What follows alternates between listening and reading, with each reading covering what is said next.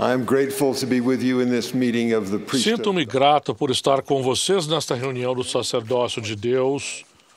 Estamos em muitos lugares diferentes esta noite e em muitos estágios de nosso serviço do sacerdócio. Ainda assim, com toda a nossa variedade de circunstâncias, temos uma necessidade em comum.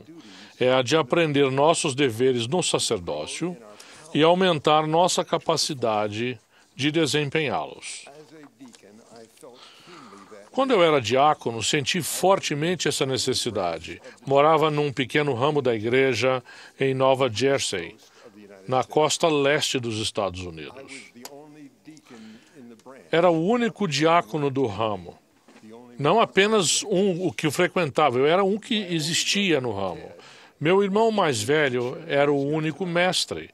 Ele está aqui hoje à noite. Acho que não existia um sacerdócio. Até que um dia apareceu um que se ofereceu para abençoar o sacramento. E ele recebeu a oportunidade de abençoar o sacramento e até hoje eu me preocupo com o que aconteceu.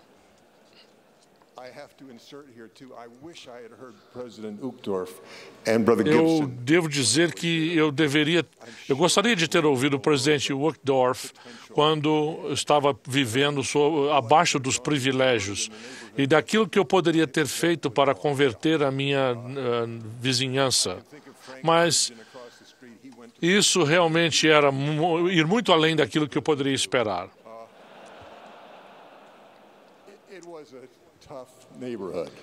Foi uma vizinhança dura de se suportar. Quando eu era um diácono, a minha família mudou-se para Utah. Ali encontrei 3 coisas maravilhosas que aceleraram o meu crescimento no sacerdócio. A primeira foi um presidente que sabia como sentar-se em conselho com os membros de seu quórum.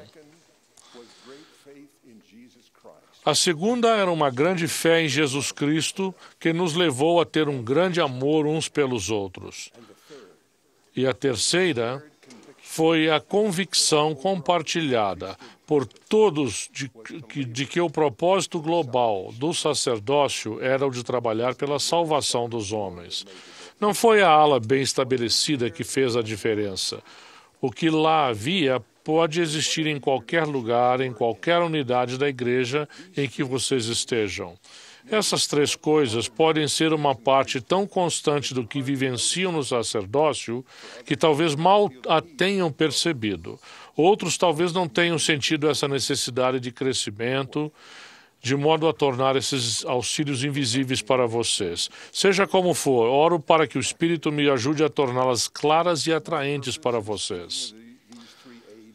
Meu objetivo ao abordar esses 3 auxílios para o crescimento no sacerdócio é fazer com que vocês os valorizem e usem. Se fizerem isso, seu serviço se tornará muito melhor.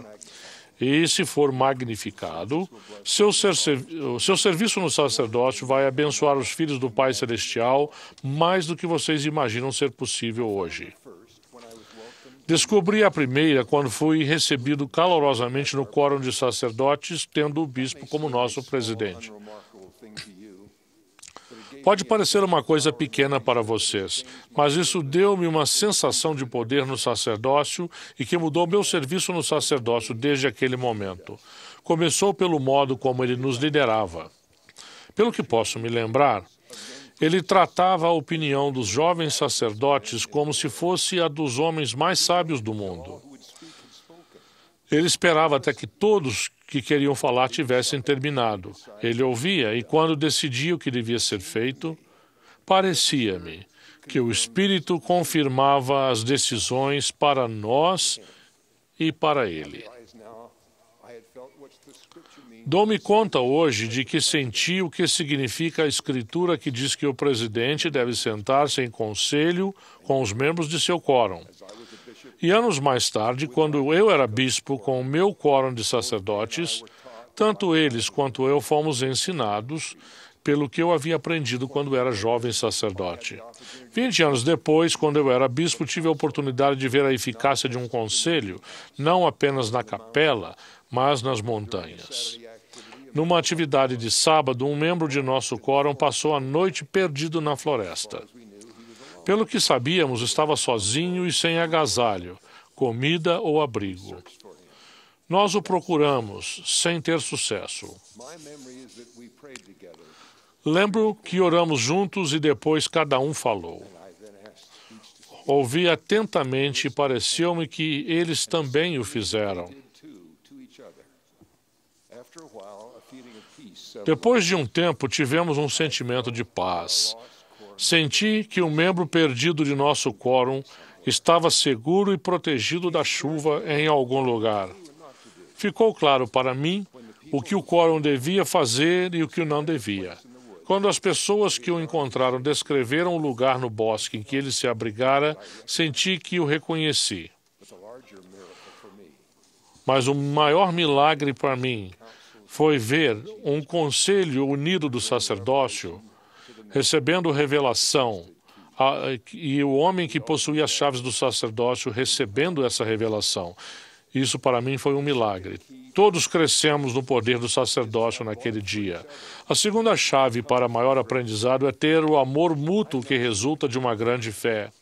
Não tenho certeza do que vem primeiro, mas parece-me que as duas coisas estão sempre presentes onde quer que haja grande e rápido aprendizado no sacerdócio.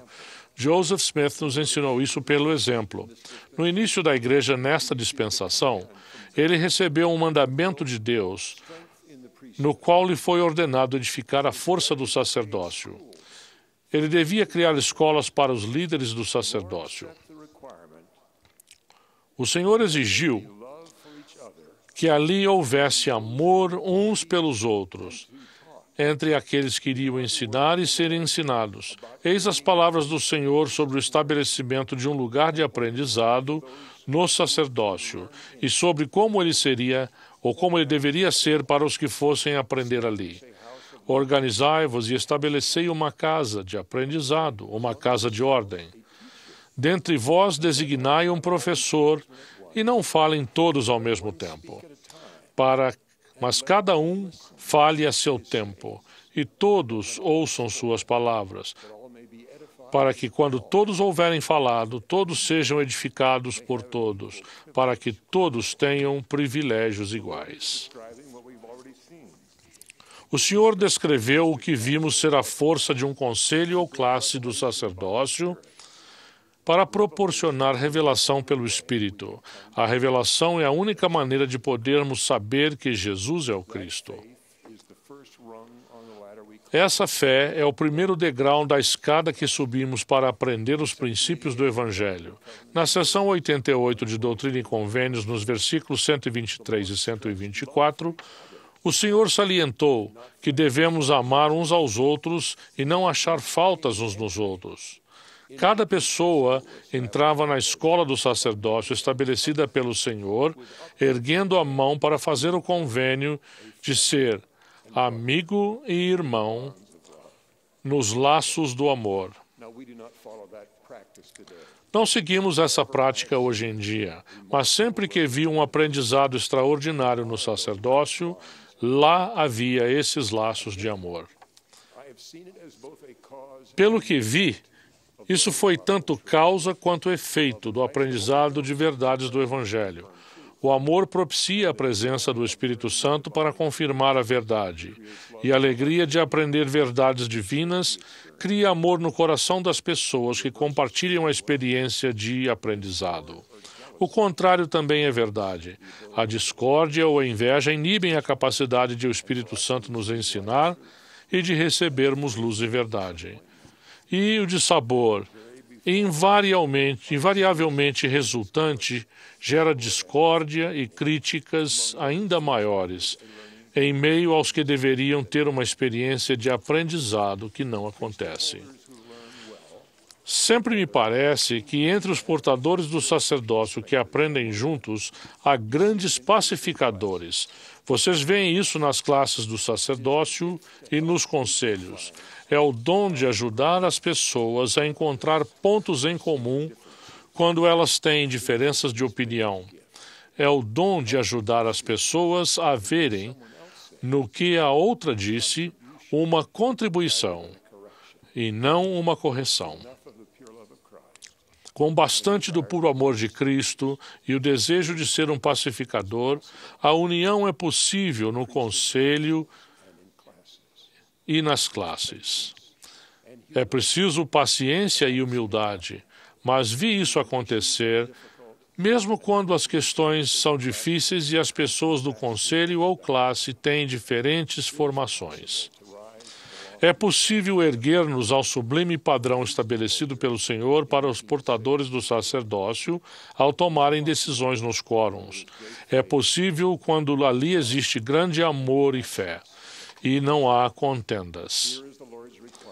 Eis o que o Senhor exige para que Ele endosse nossas decisões. E toda decisão tomada por um desses quóruns deve sê-lo pelo voto unânime do mesmo. Isto é, cada membro de cada quórum deve concordar com suas decisões, a fim de que estas tenham o mesmo poder ou validade entre si.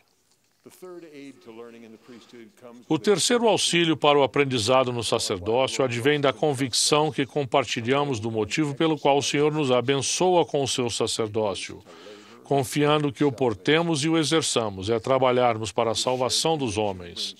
Essa convicção compartilhada proporciona união nos quóruns. Podemos começar a aprender a respeito disso no relato das Escrituras sobre como os filhos espirituais foram preparados antes de nascer para a grande honra de possuir o sacerdócio. Falando aqui daqueles a quem foi confiada a grande responsabilidade do sacerdócio nesta vida, o Senhor disse: mesmo antes de nascerem, eles, com muitos outros, receberam suas primeiras lições no mundo dos espíritos e foram preparados para nascer no devido tempo do Senhor, a fim de trabalharem em sua vinha para a salvação da alma dos homens. No sacerdócio, compartilhamos o sagrado dever de trabalhar pela alma dos homens. Precisamos fazer mais do que aprender que esse é nosso dever. Isso precisa penetrar profundamente em nosso coração, de modo que nem as muitas demandas de nossas atividades na flor da vida, nem as provações que vêm com a idade, nos desviem desse propósito. Recentemente visitei um sumo sacerdote. Ele já não consegue frequentar nossas reuniões de quórum. Mora sozinho, sua bela esposa faleceu e seus filhos moram longe. A idade e a doença limitam sua capacidade de servir. Ele ainda ergue pesos para manter o que puder de sua força outrora vigorosa. Quando entrei em sua casa, ele se levantou com seu andador para me cumprimentar. Convidou-me a sentar numa poltrona perto dele. Conversamos sobre nosso feliz convívio no sacerdócio. Então, com grande emoção, ele me perguntou: por que eu ainda estou vivo? Por que ainda estou aqui? Não consigo fazer nada. Eu disse que ele estava fazendo algo por mim.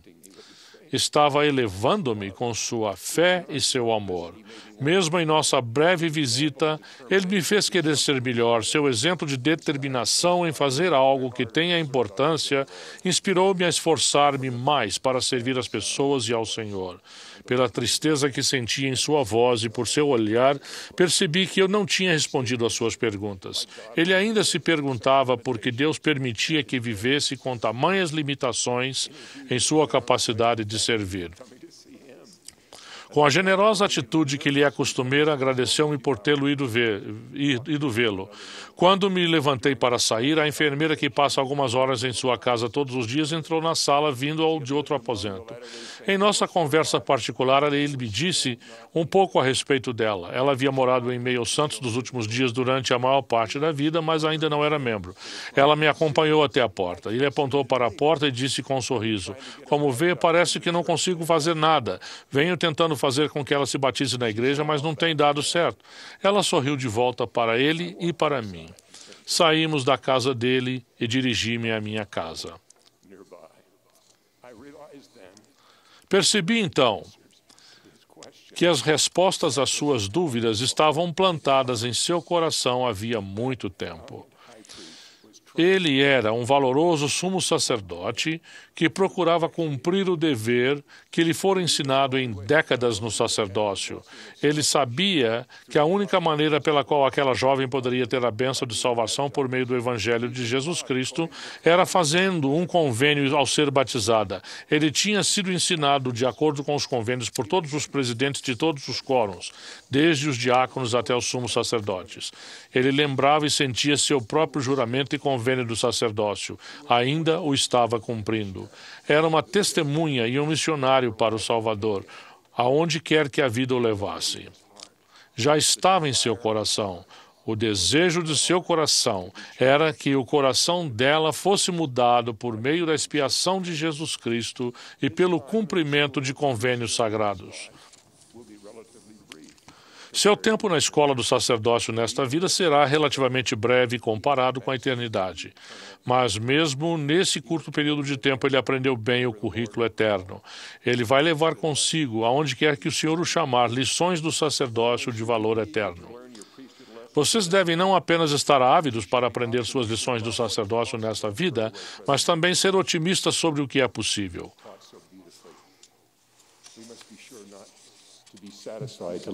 Devemos ter certeza de não vivermos abaixo dos nossos privilégios. Uns poucos talvez limitem a mente a possibilidade de aprender aquilo que o Senhor coloca diante de nós em seu serviço. Um rapaz deixou sua pequena vila galesa, ouviu os apóstolos de Deus e veio para o reino de Deus na terra. Viajou de navio com os santos para a América e conduziu um carroção para o oeste atravessando as planícies. Seu serviço no sacerdócio incluiu o preparo e aragem da terra para uma fazenda, pelo chamado que Brigham Young lhe deu. Ele vendeu a fazenda por bem menos do que ela valia para servir uma missão para o Senhor nos desertos, cultivando ou cuidando de ovelhas. Foi chamado desse encargo para uma missão além-mar, na própria vila que ele havia deixado em sua pobreza para seguir ao Senhor. Em tudo isso, ele encontrou um meio de aprender com os irmãos do sacerdócio. Sendo um missionário destemido, caminhou por uma estrada no país de Gales até a propriedade de verão de um homem que havia sido 4 vezes primeiro-ministro da Inglaterra, para oferecer-lhe o Evangelho de Jesus Cristo. Aquele grande homem permitiu que ele entrasse em sua mansão. Era formado no Eton College e na Universidade de Oxford. O missionário conversou com ele sobre as origens do homem, sobre o papel central de Jesus Cristo na história do mundo e até sobre o destino das nações. No final de sua reunião, o anfitrião declinou a oferta de acertar o batismo. Mas, ao se despedirem, aquele líder de um dos grandes impérios do mundo perguntou ao humilde missionário: "Onde foi que você adquiriu sua instrução?" Sua resposta: "No sacerdócio de Deus." Pode ser que vocês tenham imaginado alguma vez quão melhor seria sua vida se tivessem sido aceitos para estudar em alguma escola. Oro para que vejam a grandiosidade do amor de Deus por vocês e a oportunidade que Ele lhes deu de entrarem em sua escola. Se forem diligentes e obedientes no sacerdócio, sobre vocês serão derramados tesouros de conhecimento espiritual. Vocês vão crescer em sua capacidade de resistir ao mal e de proclamar a verdade e que conduz à salvação. Terão alegria na felicidade daqueles que vocês conduzirem à exaltação. Sua família vai tornar-se um lugar de aprendizado. Testifico que as chaves do sacerdócio foram restauradas. O presidente Thomas S. Monson possui e exerce essas chaves. Deus vive e conhece vocês perfeitamente. Jesus vive. Vocês foram escolhidos para a honra de possuir seu sagrado sacerdócio. Em nome de Jesus Cristo. Amém.